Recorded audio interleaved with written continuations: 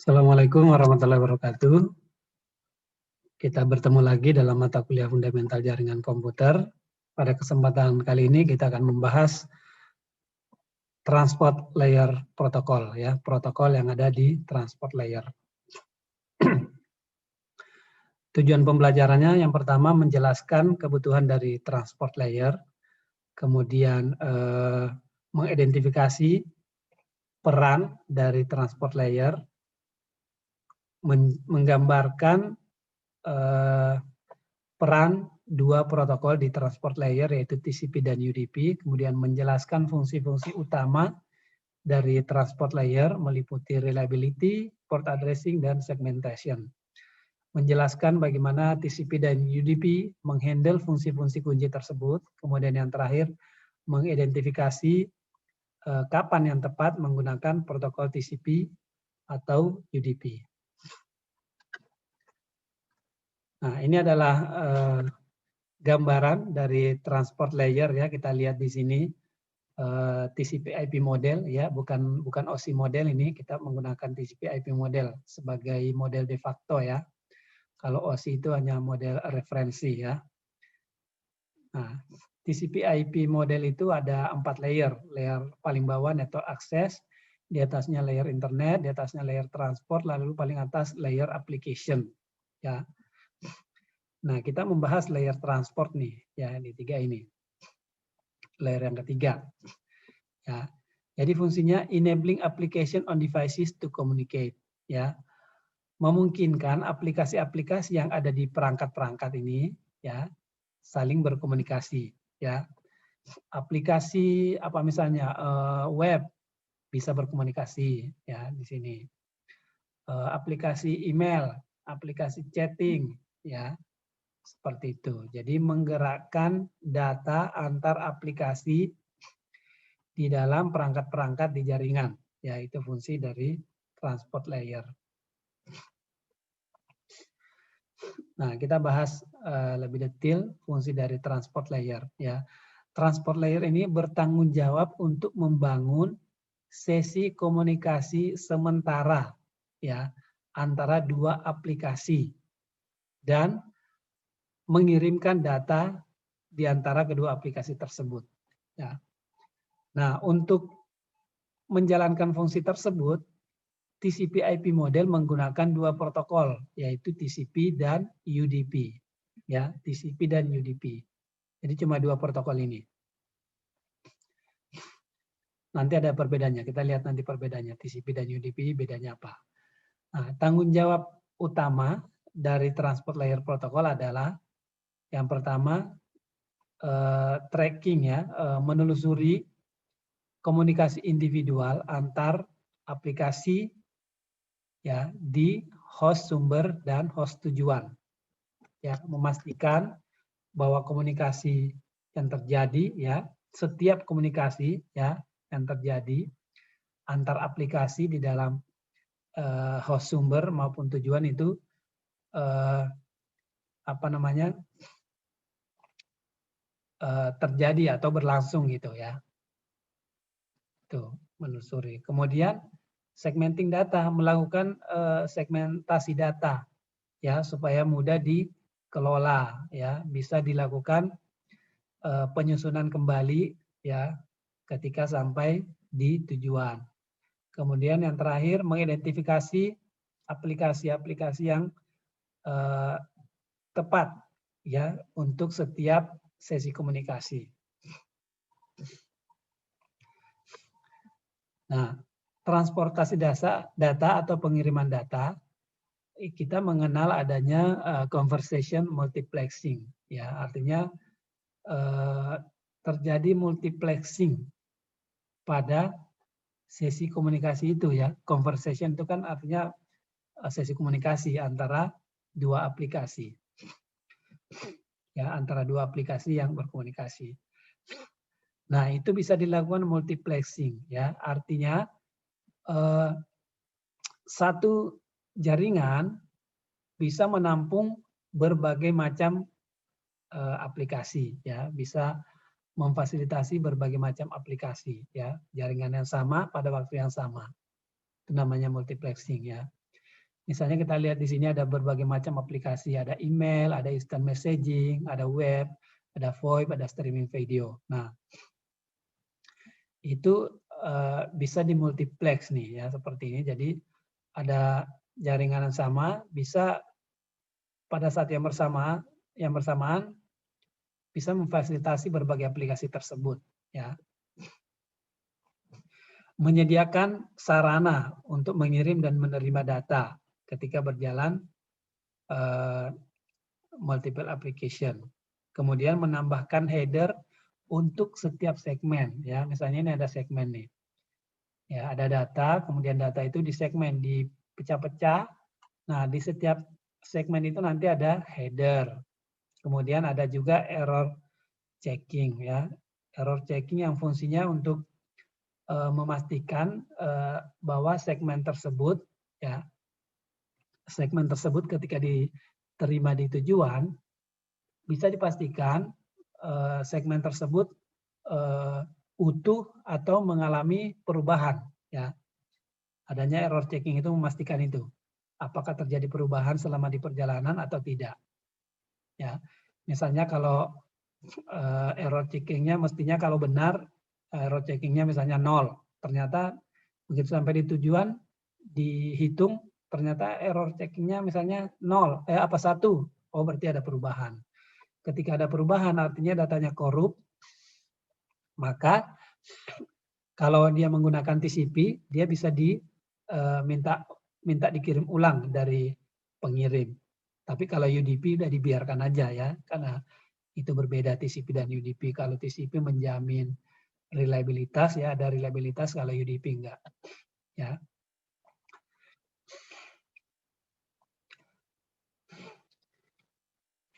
Nah, salah satu karakteristik dari transport layer adalah adanya reliability. Ya, ini kalau kita menggunakan TCP. Kalau menggunakan UDP tentu tidak ada reliability ya. Jadi kita lihat perbedaan TCP dan UDP dalam hal reliability. Kalau TCP itu menyediakan pengiriman yang reliable, ya, memastikan bahwa semua data sampai di tujuan. Ya, bagaimana kalau ada data yang tidak sampai, minta dikirim ulang sampai kemudian data tersebut benar-benar diterima di tujuan. Ya, itu TCP. Jadi memastikan. Untuk melakukan itu menggunakan acknowledgement, ya, acknowledgement. Jadi ada pemberitahuan dari penerima, ya, pengirim mengirim terus sampai di tujuan harus ada pemberitahuan dari penerima bahwa itu sudah sampai. Kalau dalam waktu tertentu tidak ada pemberitahuan maka akan dikirim ulang, seperti itu prosesnya. Jadi ada acknowledgement ya. Nah, akibatnya apa? Ada overhead ya. Karena ada proses-proses itu maka makes larger demands on the network. Ada kebutuhan yang lebih besar.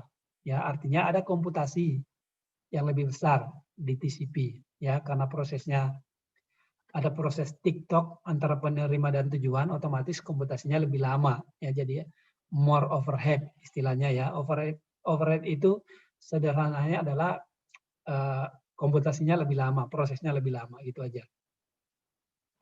Nah, kalau UDP sebaliknya ya, dia hanya menyediakan fungsi-fungsi dasar dari pengiriman data atau paket. Tidak ada reliability. Kalau datanya nggak sampai ya sudah, nggak sampai, nggak dikirim ulang ya, seperti itu. Tidak ada penjaminan reliabilitas. Kemudian dia tentunya less overhead ya, komputasinya lebih rendah karena tidak ada tiktokan. Terus kapan TCP atau UDP digunakan? Ya tergantung sesuai kebutuhan ya. Kita menyesuaikan kebutuhan. Kalau aplikasi kita ingin mengirimkan data yang harus menjamin bahwa data tersebut sampai di tujuan, maka kita menggunakan TCP. Kalau yang tidak menjamin ya cukup menggunakan UDP, seperti itu ya. Nah, ini adalah format ya, format segmen di TCP ya. Kita lihat di sini lebarnya ini 32 bit ya, dari 0 sampai 31, 32 bit. Ya. Lebarnya ini 20 bytes, ya, lebarnya 20 byte.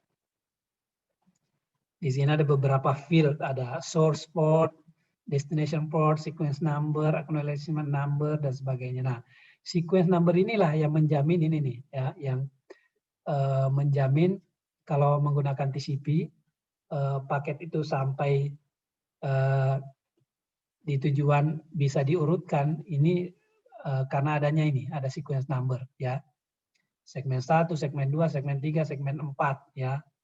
Misalnya sequence number-nya 1, 2, 3, walaupun realisasinya biasanya menggunakan random number yang panjang ya. Ya. Kalau misalnya di penerima sampainya segmen itu tidak berurut, yang datang duluan segmen 4, baru segmen 3, baru segmen 1, segmen 2, ya nanti diurutkan lagi di sisi penerima ya. Itu. Jadi terus ada acknowledgement number, itu tadi yang untuk tiktokan ya. Untuk tiktokan ya. Jadi kalau dari penerima misalnya memberitahu yang diterima baru segmen 1. Nah, berarti pengirim akan mengirimkan segmen 2 walaupun segmen 3 juga sudah terkirim gitu ya. Dia akan mengirim lagi segmen 2 karena acknowledgement dari penerima ternyata baru diterima segmen 1 seperti itu ya. Jadi acknowledgement number ini fungsinya untuk memberitahu untuk saling memberitahu ya. Untuk saling memberitahu yang mana yang sudah diterima gitu. Nah, kemudian ada ukuran window ya. Window ini ukuran ini jumlah data yang bisa dikirim ya. Jadi kalau misalnya cuma 10 data, ya 10 data, jangan 11 ya, ini Windows. Ada checksum ini tadi yang untuk error checking ya. Misalnya segmen ini checksumnya 10. Nah, nanti kalau sampai di tujuan, dihitung lagi itu checksumnya. Kalau ternyata checksumnya 11, sementara di sini tertulis 10, berarti ada perubahan selama di jalan. Artinya datanya korup. Ya, maka dia minta dikirim ulang ya, seperti itu. Kemudian ini application layer data, karena di TCP segmen ini kan dia menggunakan data dari layer aplikasi ya, dari layer atas ya, itu data kemudian turun ke layer transport.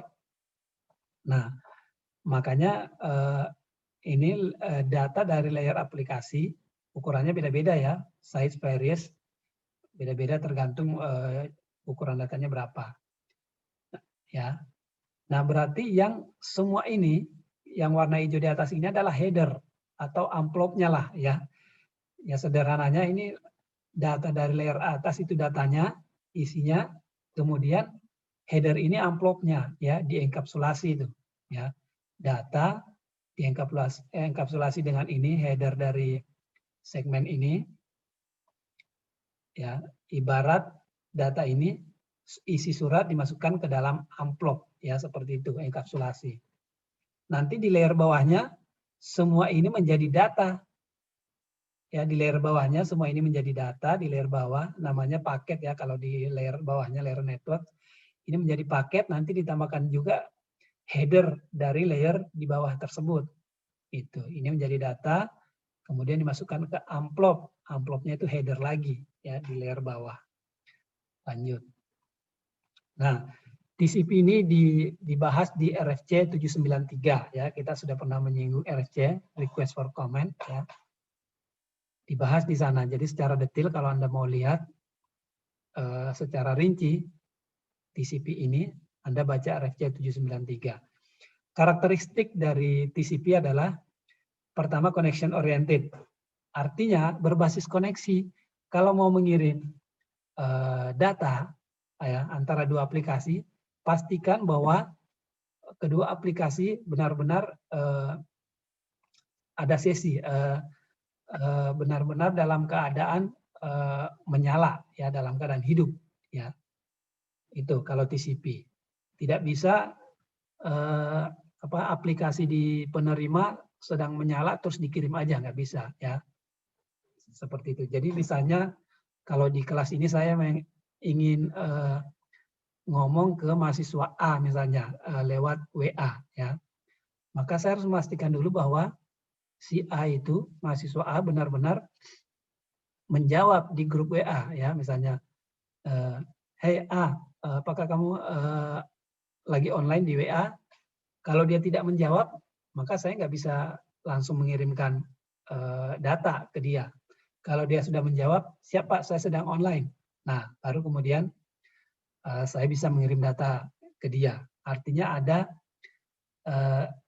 proses komunikasi sebelum data yang sebenarnya mau dikirim, ya, untuk menjamin bahwa sesinya memang sudah terbentuk, ya.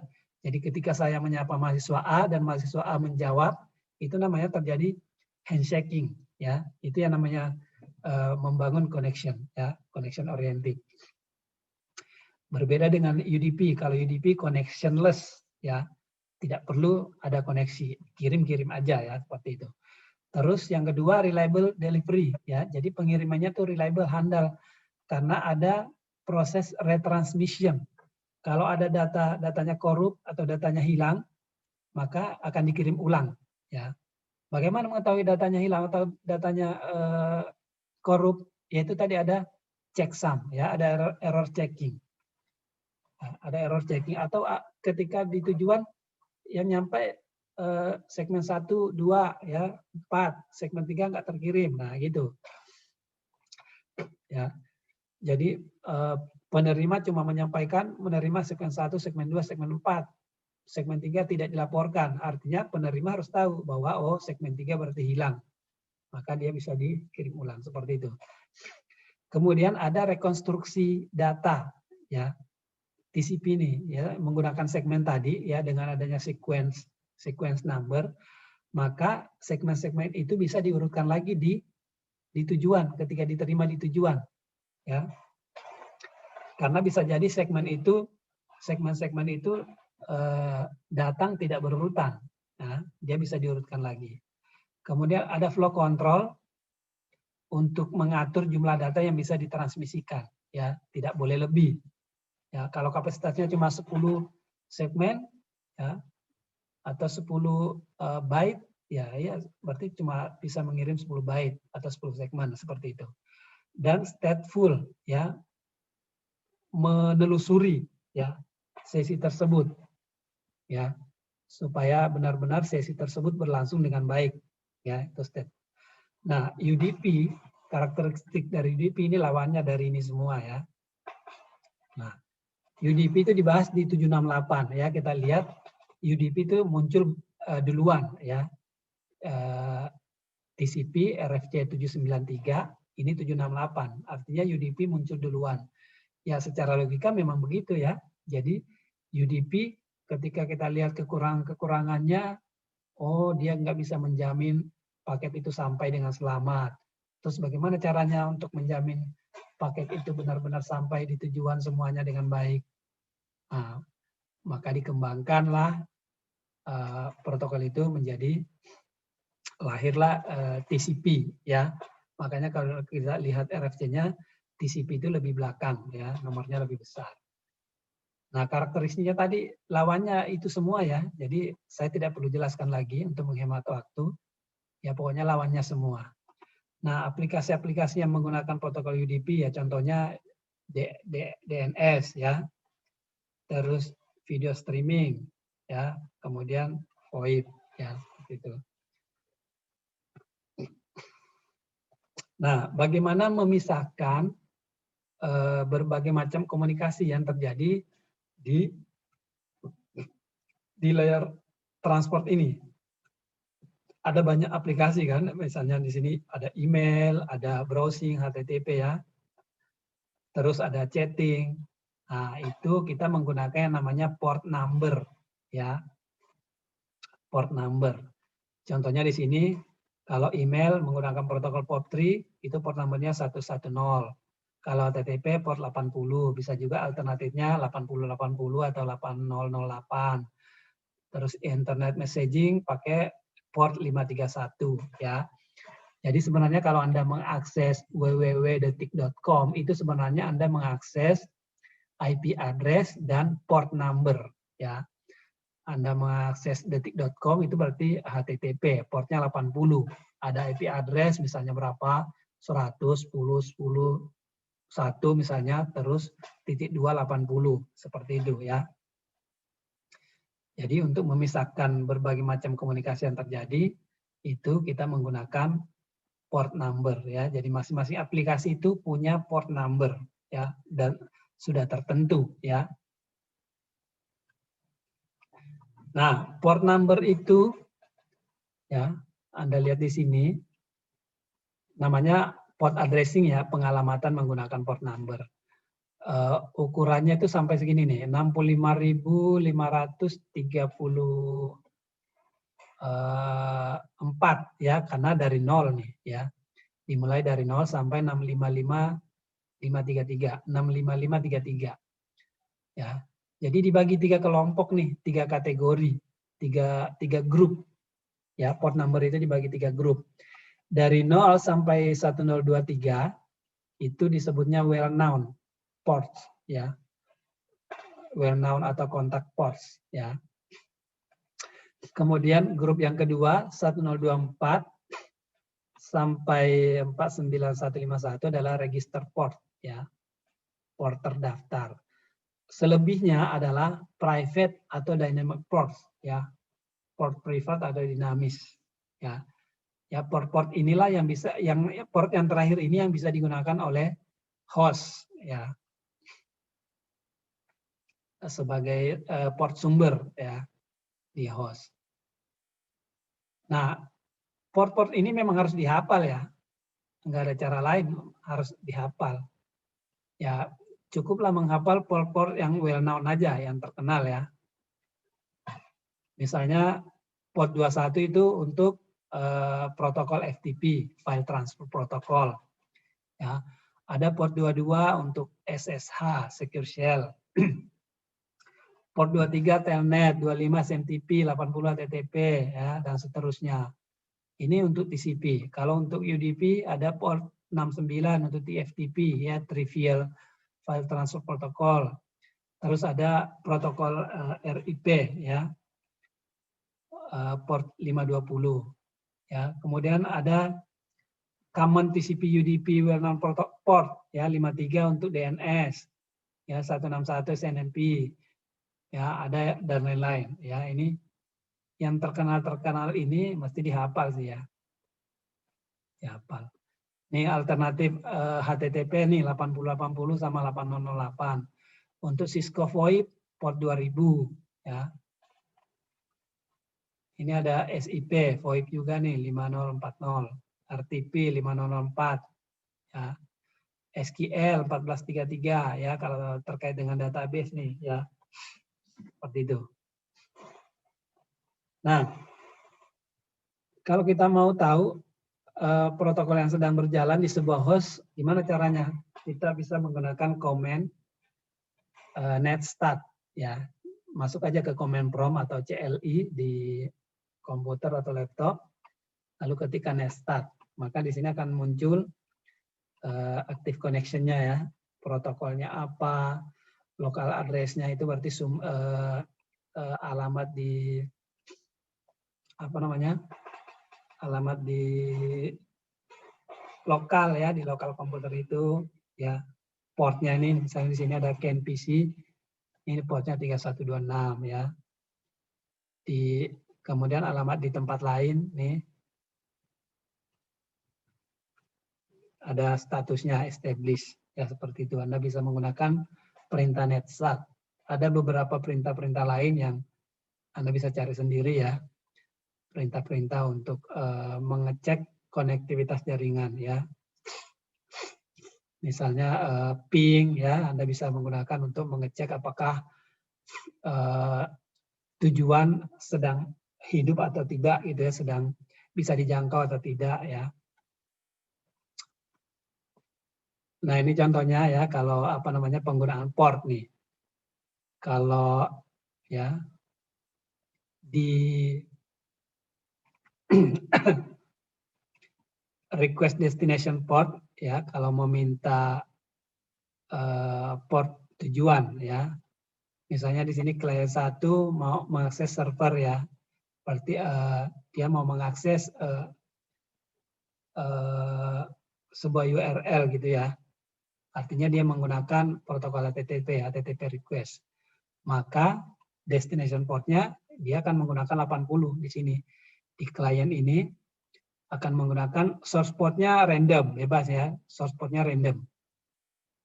Tapi tujuannya harus port 80 ya, karena dia mau mengakses web ya. Kalau Anda gunakan, kalau di klien ini menggunakan port selain itu ya tidak akan nyampe gitu ya.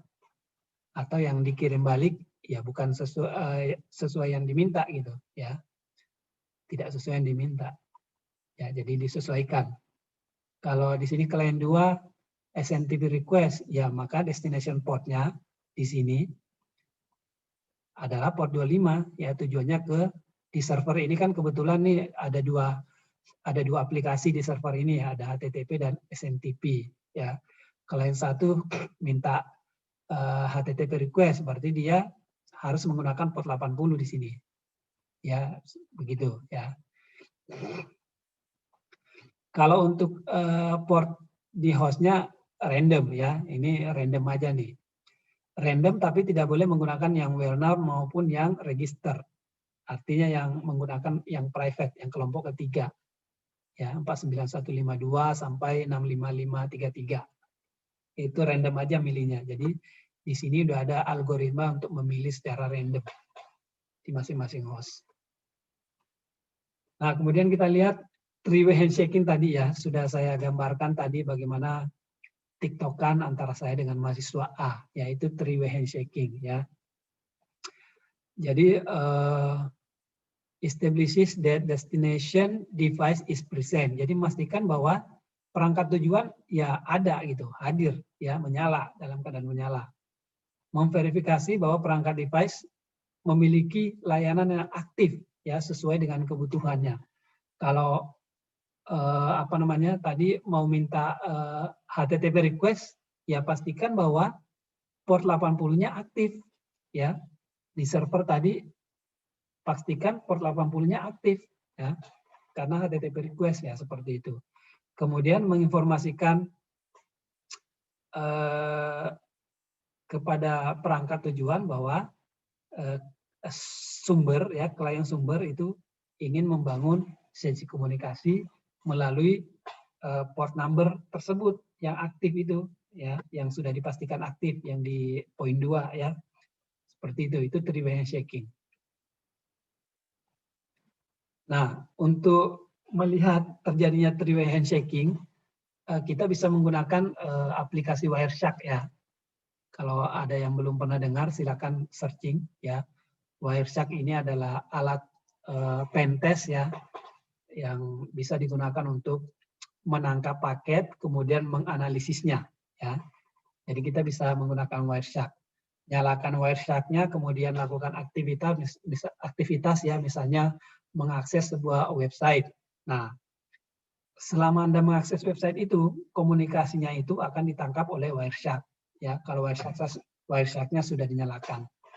Nah, setelah dianggap datanya cukup, sudah dihentikan Wireshark-nya, kemudian buka paket yang sudah ditangkap tadi, kemudian cek ya. Misalnya di sini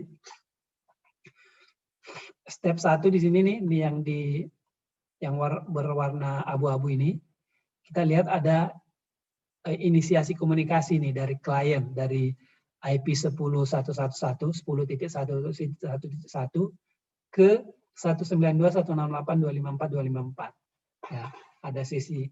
Kita bisa lihat di sini frame-nya nih ya, TCP ya, source portnya 1069 ya. Portnya 1069. Ini kalau 1069 ini yang register nih ya, yang register, yang kelompok register port. Ya. Kemudian destination portnya 80 ya, berarti 10.1.1 ini mengakses ke IP ini itu mengakses aplikasi web website ya. Terus lanjutnya step yang kedua, di bawahnya, di bawah yang abu-abu tadi ini 192, 168, 254 menjawab nih ke 10.1 ya, SYN-ACK ya, menjawab acknowledgement ya bahwa oke, port itu aktif gitu ya. Nih. Source portnya 169, destination-nya 80 ya.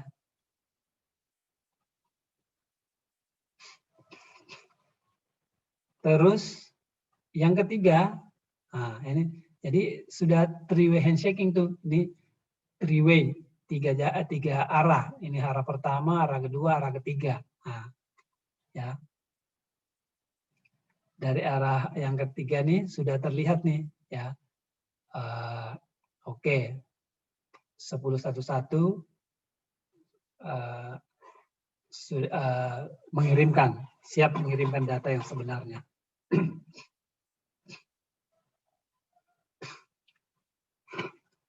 Nah, lalu kita membahas reliabilities, reliabilitas TCP, yaitu adanya pengiriman berurut ya karena menggunakan segmen.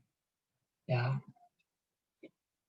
misalnya di sini di pengirim dia mengirimkan segmen 1, 2, 3, 4, 5, 6. Ya, ternyata di tujuan itu tidak berurut nyampainya segmen 1, 2, 6, 5. Nah, diurutkan lagi ya. Itu fungsinya tadi sequence number ya yang ada di format paketnya tadi, format datanya atau format segmennya. Kemudian acknowledgement dan window size ya. Acknowledgement tadi untuk memberitahu ini loh segmen yang sudah diterima, sehingga penerima bisa tahu oh segmen yang ini belum diterima gitu ya. Jadi acknowledgement number. Kemudian window size untuk mengatur jumlah data yang bisa dikirim, ya jumlah data yang bisa dikirim. Misalnya di sini hanya 10 byte, ya Windows size-nya 10 byte, ya sudah nggak bisa lebih dari 10 byte seperti itu. Ya Windows size jumlah data yang sumber dapat kirimkan, ya sebelum diterimanya acknowledgement. Oke. Nah, flow control ya. Jadi ada flow control. Yang pertama data loss and retransmission. Jadi TCP itu kalau ada data yang hilang, ya kita sudah bahas sebelumnya. Kalau ada data yang hilang, ya maka otomatis pengirim akan melakukan retransmisi. Bagaimana cara mengetahui ada data yang hilang? Ya bisa dicek dari acknowledgement yang dikirim oleh penerima, ya. Acknowledgement yang dikirim oleh penerima. Kalau di situ acknowledgement-nya segmen yang baru diterima segmen 1. Oh, berarti segmen 2 sudah dikirim tadi ternyata belum diterima, baru segmen 1 yang diterima. Nah, maka otomatis pengirim akan mengirimkan ulang retransmisi. Lalu ada flow control ya. Flow control ini window size ini untuk menjamin jumlah data yang bisa ditransmisikan sebelum diterimanya acknowledgement dari pengirim. Ya. Jadi ini supaya menyesuaikan rates yang efektif ya. Karena kalau tahu-tahu numpuk gitu data yang dikirim nanti bisa membuat congestion ya.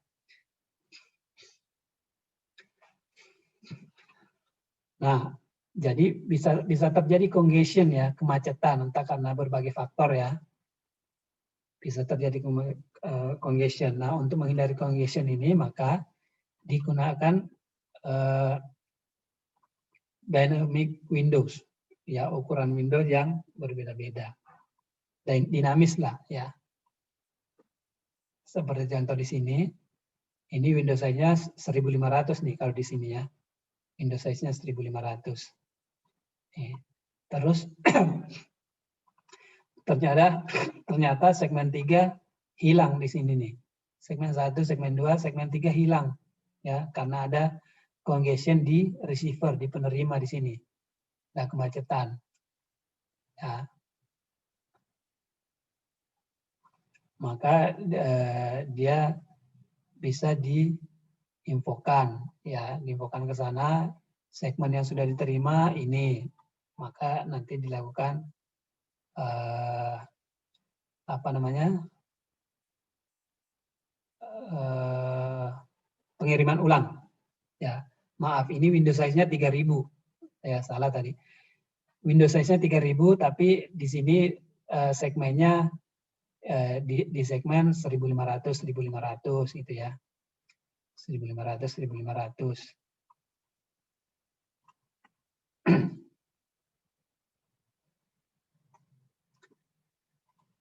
Nah, acknowledgement tadi ya untuk memberitahu ke pengirim bahwa paket yang sudah diterima adalah paket sekian atau segmen sekian, ya, sehingga bisa dilakukan pengiriman ulang kalau ada yang tidak sampai.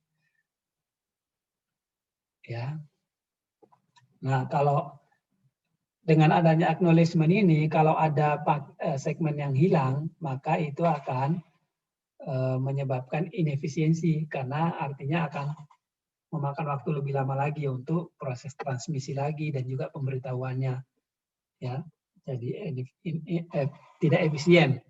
Maka kemudian muncul selective acknowledgement, ya, untuk mengurangi inefisiensi itu muncul selective acknowledgement, artinya selektif aja, dipilih aja yang mau di acknowledgement, cukup yang misalnya yang hilang aja, ya. Kalau yang sudah diterima ya sudah, nggak usah diinfokan. Yang justru yang harus diinfokan adalah yang tidak diterima misalnya, seperti itu ya, selektif sesuai kebutuhan.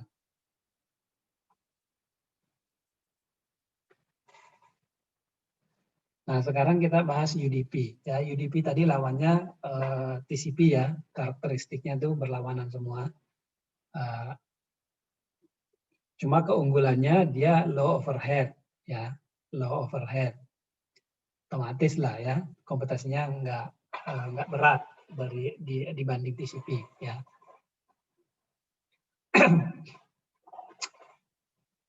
UDP adalah protokol sederhana yang menyediakan fungsi-fungsi dasar dari transport layer, menggunakan aplikasi yang bisa mentolerir ya, bisa mentolerir adanya kehilangan kecil dari data.